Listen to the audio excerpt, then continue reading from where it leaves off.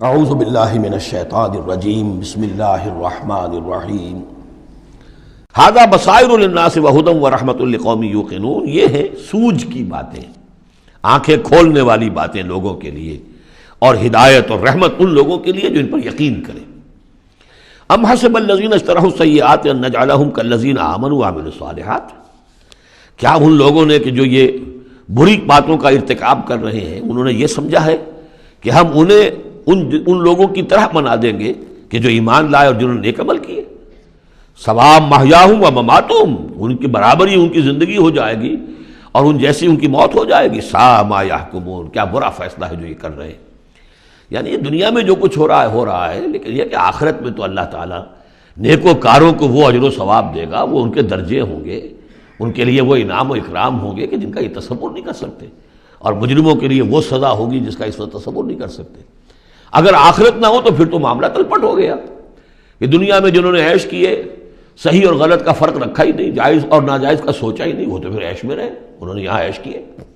اور وہ بیچارے کہ جو ڈر ڈر کر وہ پھونک پھونک کے قدم رکھتے رہے، یہ کام تو غلط ہے، یہ میں نہیں کرنا، چاہے مجھ سے نفع ہو سکتا ہے لیکن حرام ہے، میں نہیں کروں گا۔ اب وہ بیچارے دنیا کے اندر بھی انہوں نے فرض کیجیے فاقے کیے یا روکھی سوکھی کھا کر گزارا کیا، اور آخرت میں بھی انہیں کچھ نہ ملا۔ اگر زندگی صرف یہی زندگی ہے تو پھر بہت بڑا ظلم ہے، یہ بہت بڑا ظلم ہے۔ اس لیے کہ جو بھی نیکوکار ہے پھر اس پر تو بہت بڑا ظلم ہے۔ اس حوالے سے قرآن کہتا ہے کہ جو آخرت کو نہیں مانتا وہ در حقیقت ہمارے عدل کا منکر ہے۔ وَخَلَقَ اللَّهُ السَّمَاوَاتِ وَالْأَرْضَ بِالْحَقِّ، جبکہ اللہ نے آسمان اور زمین بنائے حق کے ساتھ، عدل کے ساتھ، حکمت کے ساتھ۔ وَلِتُجْزَىٰ كُلُّ نَفْسٍ بِمَا كَسَبَتْ، تاکہ پورا بدلہ دیا جائے ہر جان کو جو کچھ اس نے کمایا ہو، وَهُمْ لَا يُظْلَمُونَ، اور ان پر کوئی ظلم نہ ہو۔ افرأیت من اتخذ الہہ ہواہ، یہ آیت اس سے پہلے بھی آ چکی ہے، اب پھر آ گئی ہے۔ کیا تم نے دیکھا اس شخص کو جس نے اپنی خواہش نفس کو اپنا الہ بنایا ہوا ہے؟ بہت اہم ہے یہ۔ دیکھیے میں نے گنوائی تھی آپ کو اس 8 صورتوں کے مجموعے میں 4 تو وہ ہیں جو بڑی ایک ترتیب کے ساتھ جو توحید عملی کو بیان کیا۔ توحید عملی کیا ہے؟ اللہ کی بندگی، اپنی اطاعت کو اس کو خالص کرتے ہوئے، صرف اسی کی اطاعت، اس کی اطاعت سے منہ موڑ کر کسی اور کی اطاعت یا مخلوق میں سے کسی کی اطاعت ایسے معاملے میں جس میں خالق کی پھر معصیت لازم آ رہی ہے، یہ شرک ہے۔ توحید یہ ہے کہ تم ان اعبدوا اللہ مخلصا لہ الدین، اللہ کی بندگی کرو، عبادت کرو، اس کے لیے اپنی اطاعت کو خالص کرتے ہیں۔ اسی کا ایک داخلی رخ ہے، دعا اللہ سے کرو لیکن مخلصین لہ الدین۔ پہلی بات سورہ زمر میں، دوسری سورہ مومن میں۔ اب اللہ ہی کی دعوت، توحید کی دعوت لوگوں تک پہنچاؤ۔ ومن احسن قولا ممن دعا الی اللہ وعمل صالحا وقال اننی من المسلمین، اور اس کا جو ذریعہ ہے، میڈیم ہے اس دعوت کا، وہ قرآن ہے۔ لہذا سورہ حمیم سجدہ میں 6 جگہ قرآن کی عظمت کا بیان، اور یہ کہ دعوت جو ہے اس کی مرکزی مضمون۔ اس دعوت کے نتیجے میں جو لوگ آئیں، ملے، جڑے، جمع ہو، طاقت بنے، اور پھر وہ باطل کے غلبے کو ختم کر کے اللہ کے دین کو غالب کرے۔ یہ ہے اقامت الدین، یہ مرکزی مضمون ہے سورہ شورى کا۔ تو توحید عملی فرد سے لے کر اور پورے اجتماعی نظام تک ان 4 صورتوں مکمل ہو گئی۔ اب 2 صورتوں میں، سورہ زخرف میں اور یہاں سورہ جاثیہ میں، یہ جو اطاعت میں جو شرک ہو رہا ہے اس کی 2 انتہائی شکلوں کو بیان کر دیا۔ ایک شرک فی الاطاعت کیا ہے؟ انسانی حاکمیت کا تصور، حاکم تو اللہ ہے صرف، ان الحکم الا للہ لا یشرک فی حکمہ احدا لم یکن لہ شریک فی الملک، سورہ یوسف میں اور سورہ بنی اسرائیل میں اور سورہ کہف میں یہ سارے مضامین ہم پڑھیں۔ لیکن کوئی بھی حاکمیت کا اگر دعویٰ کرتا میں حاکم ہوں یہاں کا، جو چاہوں کروں، تو اس نے خدائی کا دعویٰ کیا۔ یہ تو شرک کی بدترین شکل ہو گئی۔ یہی دعویٰ فرعون کا تھا، یہی نمرود کا تھا۔ اسی طریقے سے انفرادی سطح پر شرک فی الاطاعت کیا ہے؟ نفس آپ کا جو ہے اندر ایک تقاضا کرتا ہے مجھے اس وقت یہ چیز چاہیے، اور آپ کو معلوم ہے کہ وہ حرام ہے، اللہ نے اسے حرام ٹھہرایا ہے۔ نفس میں فرض کیجئے جنسی خواہش ابھری ہے، حلال ذریعہ اس وقت آپ کے پاس کوئی نہیں ہے، بیوی موجود نہیں ہے یا شادی نہیں ہوئی آپ کی، نفس زور لگا رہا ہے، آپ نے کوئی حرام راستہ اختیار کر لیا۔ کیا معنی ہوئے؟ کہ آپ نے نفس کی اطاعت کی ایک ایسے کام میں جو اللہ نے منع کیا ہوا ہے۔ تو آپ کا معبود کون ہوا؟ نفس۔ چاہے آپ لا الہ الا اللہ کا ورد کر رہے ہوں، لیکن اگر خواہش نفس کی اطاعت کر رہے ہیں اس چیز میں کہ جو اللہ نے حرام کر دی، ہاں خواہش نفس، بھوک لگی ہے کھاؤ، حلال چیز کھاؤ، بالکل جان پر بن گئی ہے تو ٹھیک ہے، صرف جان بچانے کے لیے حرام شے بھی کھا سکتے ہو، لیکن وہ جب کہ جان پر بن گئی، ورنہ نہیں، عام حالات میں نہیں۔ اب یہ کہ اللہ تعالیٰ نے جو بھی خواہش ہے، جنسی خواہش ہے، شادی کرو، نکاح کرو، لیکن حرام ذریعے سے نفس کا کوئی تقاضا پورا کیا تو اس کے معنی کیا ہوئے؟ تمہارا معبود اب نفس ہے۔ اس سے بھی آگے بڑھ کر حضور نے اس طرح واضح کر دیا، تعس عبد الدینار و عبد الدرہم، ہلاک ہو جائے درہم و دینار کا بندہ۔ کیا مطلب؟ یہ روپیہ پیسہ جسے ہم کہتے ہیں وہ وہاں درہم و دینار تھا۔ درہم و دینار کا بندہ کون ہے؟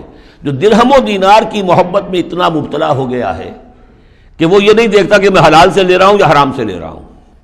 معلوم ہوا اس کا اصل معبود یہ دولت ہے، یہ روپیہ پیسہ ہے، یہ درہم و دینار ہے۔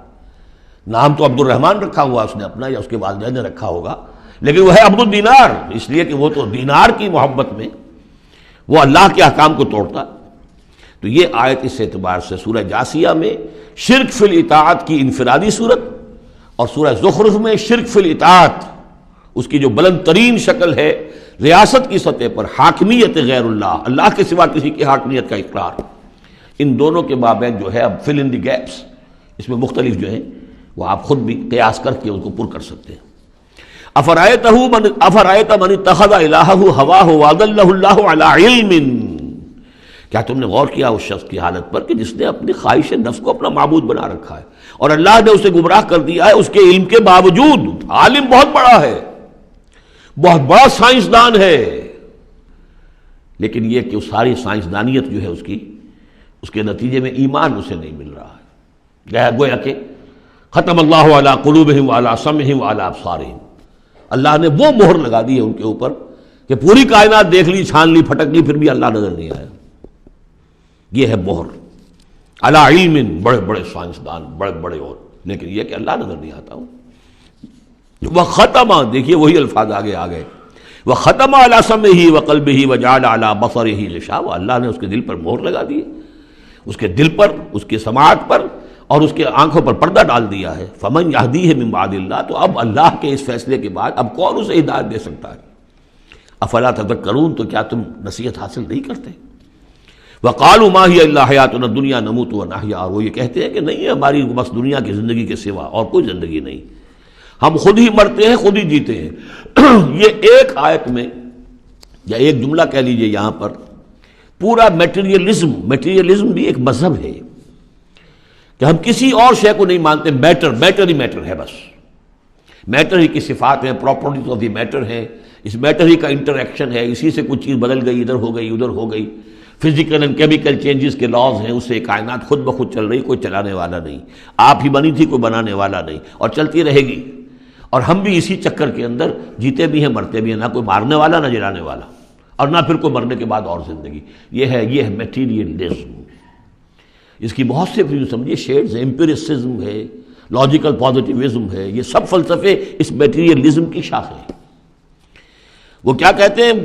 وقالوا ما هي الا حیاتنا الدنیا نموت ونحیا وما یہلکنا الا الدہر، ہمیں ہلاک کرتی ہے صرف یہ دہر کی گردش، زمانے کی گردش سے ہلاک ہوتے ہیں، کوئی ہلاک کرنے والا اللہ نہیں ہے، کوئی فرشتہ نہیں ہے جو آ کر جان قبض کرتا ہو۔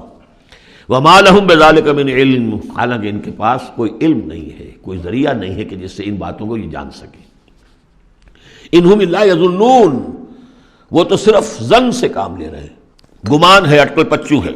وَإِذَا تُتْلَىٰ عَلَيْهِمْ آيَاتُنَا بَيِّنَاتٍ، اور جب انہیں پڑھ کر سنائی جاتی ہیں ہماری روشن آیات، مَا كَانَ حُجَّتُهُمْ إِلَّا أَن قَالُوا ائْتُوا بِآبَائِنَا إِن كُنتُمْ صَادِقِينَ، تو ان کی دلیل تو بس یہی ہوتی ہے ایک، اچھا اگر کہتے ہو کہ بعد سے بعد الموت ہو تو ہمارے آباء و اجداد کو زندہ کر کے ہمیں دکھا دو، ہم مان لیں گے کہ ہم بھی اٹھا لیا جائے گا، ان کنتم صادقین، اگر تم سچے ہو۔